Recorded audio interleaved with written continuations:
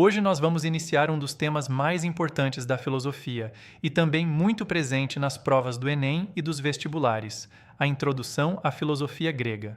Quando falamos de filosofia, estamos falando de uma forma específica de pensar o mundo. A palavra filosofia vem do grego philo, que significa amor, e sofia, que significa sabedoria. Portanto, filosofia significa literalmente amor ao conhecimento ou amor à sabedoria. Mas a filosofia não surgiu do nada.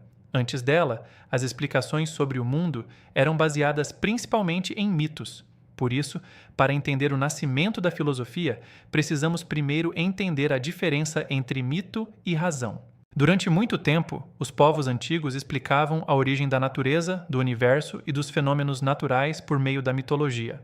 Na Grécia Antiga, por exemplo, trovões, tempestades, terremotos e até mesmo a criação do mundo eram explicados por histórias envolvendo deuses e seres sobrenaturais. Essas narrativas eram chamadas de mitos.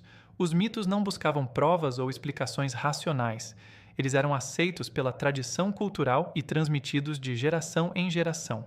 Por exemplo, na mitologia grega, os fenômenos da natureza eram frequentemente atribuídos à vontade dos deuses. Zeus era associado aos raios e trovões, Poseidon aos mares e terremotos, e assim por diante. A filosofia surge justamente quando alguns pensadores começam a questionar essas explicações mitológicas e passam a buscar explicações racionais para o funcionamento do mundo. Esse momento é conhecido como a passagem do mito para o logos. A palavra logos significa razão, pensamento racional ou explicação lógica.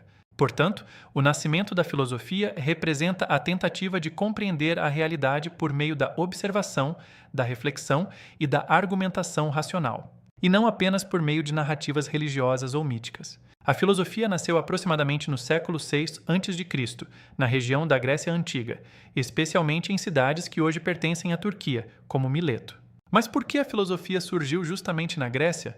Existem vários fatores que ajudam a explicar isso. Primeiro, a Grécia possuía intensa atividade comercial e marítima. Esse contato com outros povos e culturas ampliava a visão de mundo dos gregos e estimulava questionamentos. Segundo, as cidades gregas, chamadas polis, possuíam uma vida política ativa. Nessas cidades havia debates públicos sobre leis, política e organização da sociedade. Isso incentivava o desenvolvimento do pensamento crítico. Outro fator importante foi a ausência de um poder religioso centralizado. Diferente de outras civilizações antigas, como o Egito ou a Mesopotâmia, a religião grega não era controlada por uma poderosa classe sacerdotal. Isso permitiu maior liberdade intelectual. Além disso, a invenção da escrita alfabética e o desenvolvimento da matemática também contribuíram para a construção de um pensamento mais racional. Os primeiros filósofos gregos são chamados de pré-socráticos. Eles receberam esse nome porque viveram antes do filósofo Sócrates, e porque suas preocupações eram principalmente relacionadas à natureza e à origem do universo. Os filósofos pré-socráticos buscavam descobrir o que eles chamavam de arché, ou seja, o princípio fundamental de todas as coisas. Eles queriam responder perguntas como: de onde veio o universo? Qual é a origem de todas as coisas? Qual é o elemento fundamental da realidade? O primeiro filósofo, que geralmente aparece nos livros de história da filosofia, é Tales de Mileto. Tales acreditava que o princípio de todas as coisas era a água. Para ele, tudo no universo teria origem na água. Pode parecer estranho hoje, mas a importância de Tales não está exatamente na resposta que ele deu, e sim no fato de que ele tentou explicar o mundo sem recorrer à mitologia, utilizando observação e raciocínio. Outro filósofo importante foi Anaximandro, também da escola de Mileto. Ele acreditava que a origem de tudo era algo indefinido chamado apeiron, que significa algo infinito ou ilimitado. Já Anaxímenes acreditava que o princípio fundamental do universo era o ar. Perceba que esses filósofos estavam tentando encontrar um elemento natural que explicasse a origem de todas as coisas. Outro filósofo muito importante foi Heráclito. Heráclito defendia que tudo no universo está em constante mudança. Ele dizia que a realidade é marcada pelo movimento e pela transformação. Uma frase famosa atribuída a Heráclito é: ninguém pode entrar duas vezes no mesmo rio. Essa frase significa que tudo está sempre mudando. O rio continua sendo o rio, mas a água está sempre em movimento. Em contraste com Heráclito, temos o filósofo Parmênides. Parmênides defendia a ideia oposta.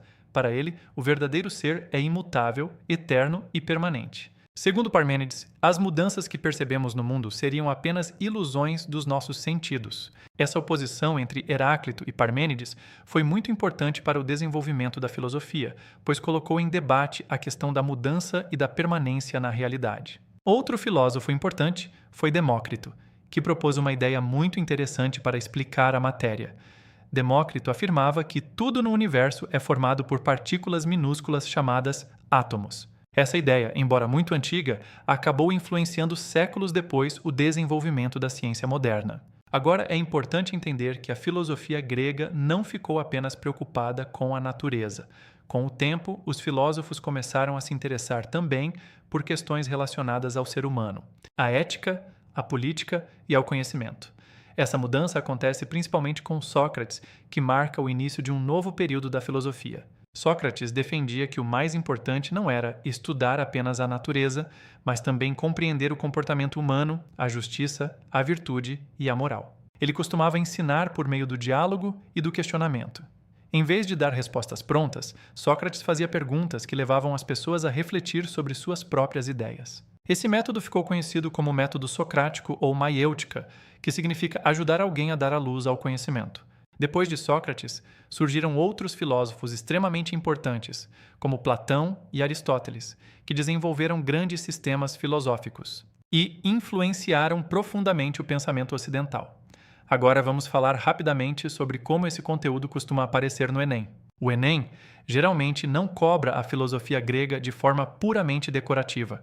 A prova costuma apresentar textos filosóficos e pedir para o aluno interpretar o pensamento apresentado. Muitas questões abordam a transição do mito para a razão, pedindo para identificar a diferença entre explicações míticas e explicações racionais. Outras questões apresentam ideias de filósofos como Heráclito, Parmênides, Sócrates, Platão ou Aristóteles, pedindo para identificar o conceito central de cada pensamento. Também é comum aparecerem questões relacionadas ao método socrático, a importância da reflexão crítica e a valorização do conhecimento racional. Por isso, mais importante do que decorar nomes é entender qual era o problema que cada filósofo tentava resolver e qual era a ideia principal defendida por ele. Para finalizar, vamos fazer um pequeno resumo.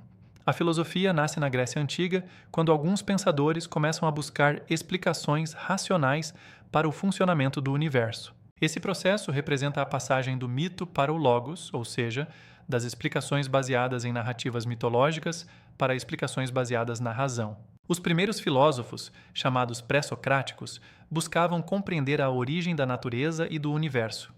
Com Sócrates, a filosofia passa a se preocupar mais com questões humanas, como ética, conhecimento e comportamento. Esse momento marca o início de uma tradição intelectual que influenciou profundamente toda a história do pensamento ocidental. E compreender essa origem é essencial para entender não apenas a filosofia, mas também o desenvolvimento da ciência, da política e da cultura ao longo da história. Bons estudos e até a próxima!